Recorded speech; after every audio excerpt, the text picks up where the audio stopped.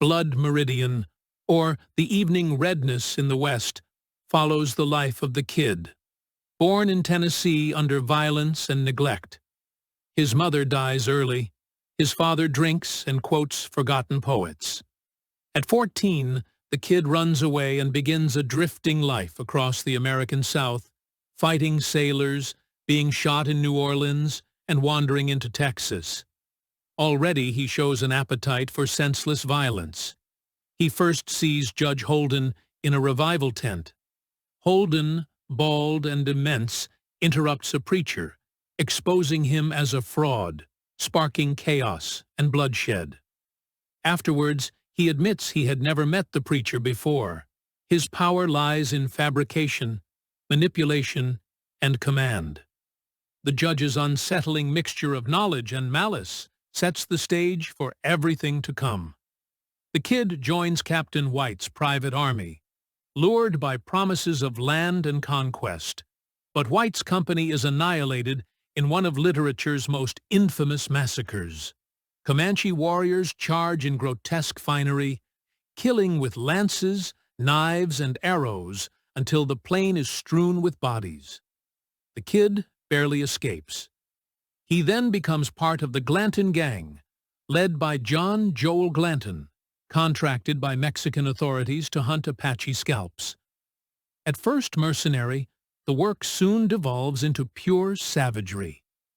The gang slaughters peaceful villages, massacres women and children, and sells every scalp they can collect.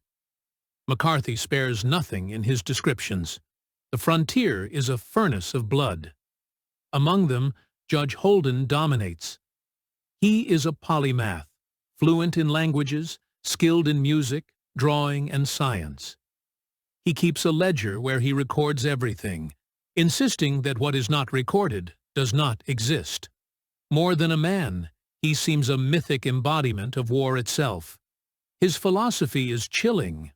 War endures, as well as ask men what they think of stone. War was always here. Before man was, war waited for him. The ultimate trade awaiting its ultimate practitioner. The gang's atrocities multiply until they make enemies of everyone. Betrayal and greed culminate in the Yuma massacre, where most of Glanton's band is destroyed. The kid survives again, marked but not consumed, drifting through a wasteland of memory and ruin. Years pass. Now called the Man, he remains haunted by Judge Holden. In the novel's final scene, he meets the judge again in a saloon. The judge embraces him in the outhouse. What happens inside is never described, but the implication is murder. Soon after, Judge Holden returns to the dance floor, naked, massive, declaring that he will never die, as if he were eternal war itself. Blood Meridian is less a Western than a scripture of violence. McCarthy writes in language that fuses biblical cadence with relentless brutality, portraying the frontier not as a land of freedom, but as a proving ground for mankind's darkest impulses. The judge stands as one of literature's most terrifying creations, philosopher, demon, immortal witness, leaving readers shaken with the thought that violence itself may be the only everlasting law.